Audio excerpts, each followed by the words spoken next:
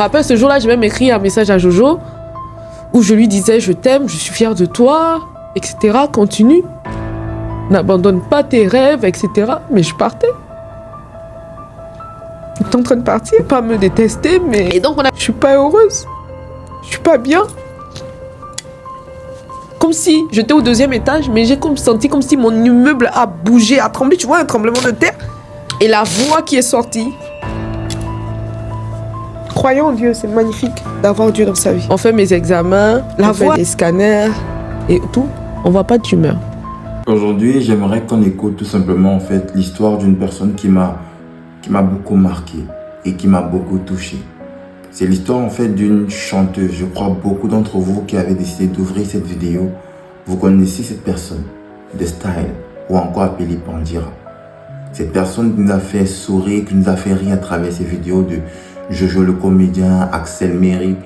Comment aujourd'hui, elle a rencontré, elle a expérimenté, elle a vécu une chose terrible dans la présence de Dieu.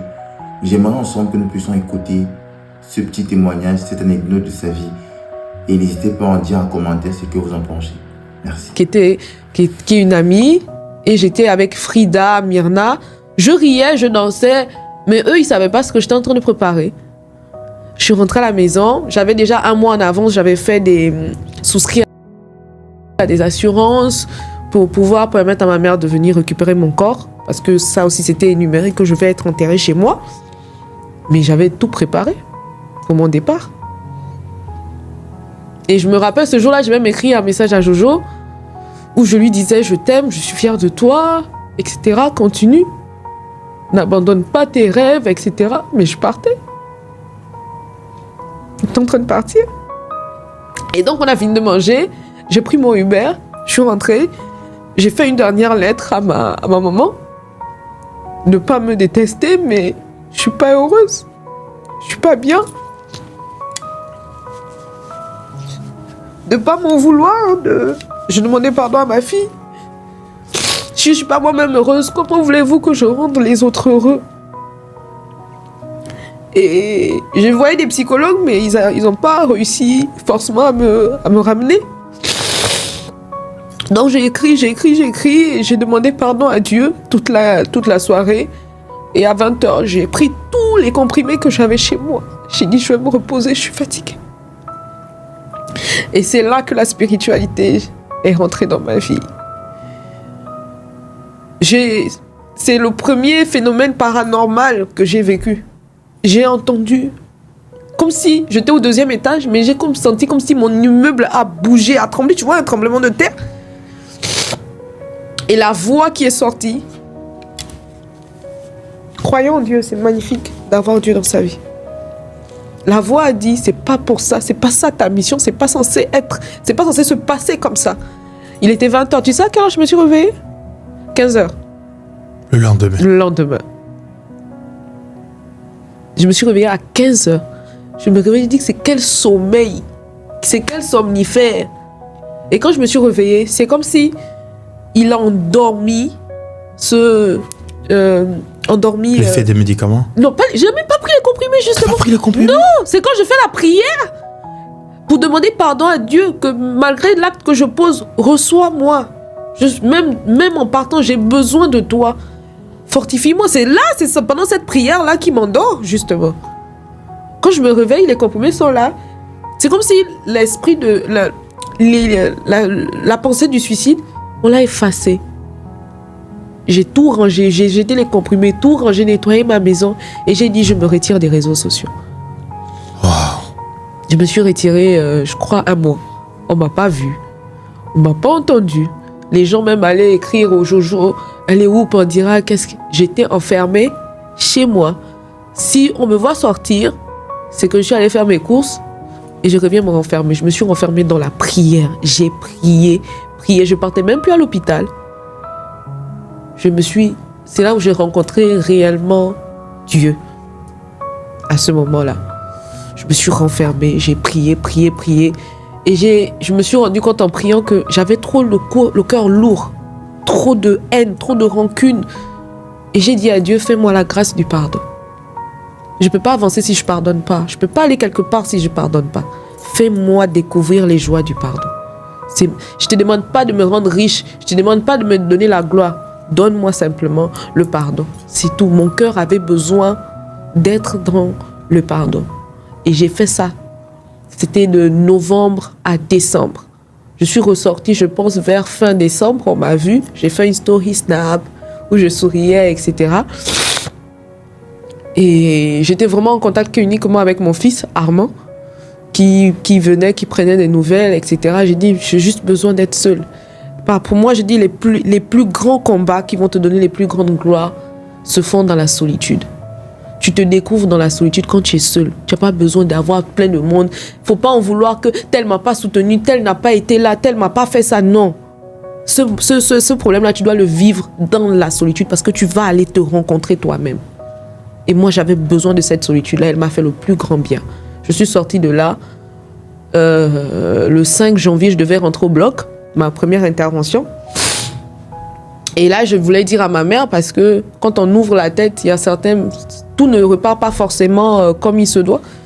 Donc, je dis, je vais dire à ma mère, afin qu'elle vienne sur place. Donc, il y avait des examens à faire avant de rentrer au bloc. J'ai plus pris mes médicaments pendant la période des prières. Là.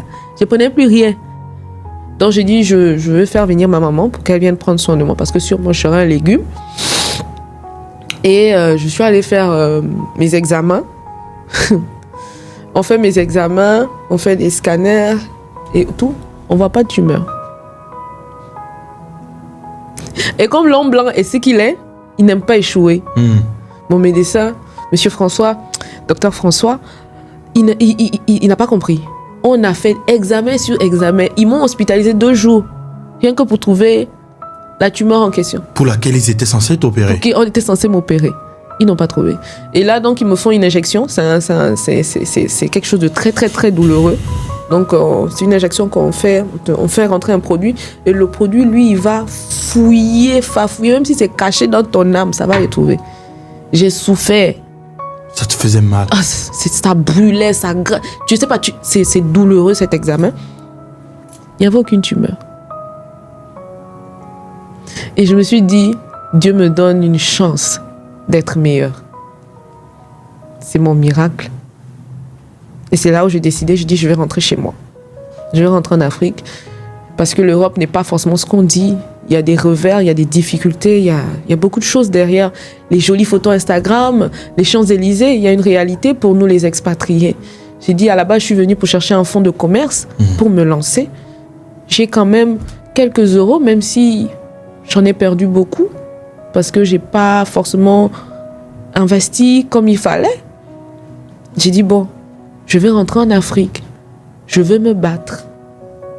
Et c'est là que je suis rentrée. J'ai dit, c'était en janvier, j'ai décidé que j'allais rentrer en juillet. Je disais, non, je pars, je reviens, non, je pars, je reviens. Mais au fond de moi, je savais que je n'y revenais plus. Parce que aussi, la solitude de l'Europe n'aide pas. N'aide pas. Il y a beaucoup de dépressifs en France. Ça n'aide pas. Donc, on a encore refait. Je suis restée de janvier en juillet. Parce que mon médecin voulait vraiment se rassurer. Il se dit, peut-être ça va réapparaître, etc. Ça n'a jamais réapparu. Ce qui fait que chaque année, j'ai droit à un petit... Il fait un bon, je fais un examen, ça n'a jamais réapparu.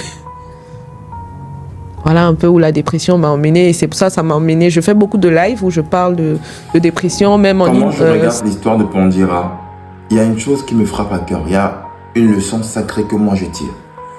La leçon sacrée que moi je tire de l'histoire de Pandira, c'est quoi? Peu importe ce que tu as fait, peu importe la situation peut-être que tu traverses, peu importe par exemple les douleurs que tu vis les plus d'enfants intérieurs, c'est Jésus, c'est toujours Dieu qui a la solution de cela.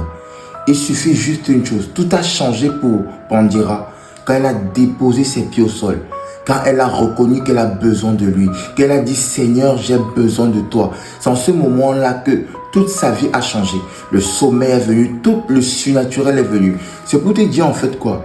Le simple fait pour nous de nous réconcilier avec Dieu, de déposer nos pieds, de commencer à prier, de commencer à élever, de commencer à nous réconcilier avec Dieu. Cela, Pandira par exemple, a vu quelque chose, a vu avec ses yeux quelque chose de spirituel. Mais moi j'aimerais te dire, même lorsque tu ne vois pas quelque chose de spirituel, il y a quelque chose de spirituel qui se passe. Mais lorsque tes yeux n'ont pas vu, sache qu'il y a des choses qui se passent. C'est pourquoi j'aimerais te dire, la situation que tu traverses ne dépend que de toi. Et je veux simplement que je te rapproche de ton Créateur. Tu déposes tes pieds au sol, tu commences à prier l'Éternel. Tu demandes à Dieu de te réconcilier avec lui. Tu viens devant lui avec un cœur sincère. Tu peux dire ceci: Seigneur Jésus, je reconnais que je ne suis pas digne de toi. Je reconnais que ma vie n'a pas été propre. Mais j'ai besoin de toi, Seigneur. Tu dis: Seigneur, j'ai besoin de toi. Entre dans ma vie et change. Et tu verras le Saint-Esprit va venir dans ta vie et va changer toutes ces choses. C'est pourquoi moi, j'aimerais te dire ceci encore. Jésus-Christ est capable de faire tout ce que tu n'arrives pas à t'imaginer. Il attend juste une chose, que tu te décides en fait de venir vers lui, que tu te réconcilies avec lui, que tu fasses cette prière sincère de ton cœur pour dire: Seigneur, entre dans ma vie et change. Et tu verras comment le Saint-Esprit viendra à ta vie. Il bouleversera ta vie. Tu auras une force que tu n'as jamais eue, une grâce que tu n'as jamais vue, une nouvelle manière de voir les choses, une nouvelle manière d'expérimenter les choses. Et ta vie sera comme plus jamais renouvelée. Sois béni et que Dieu te bénisse.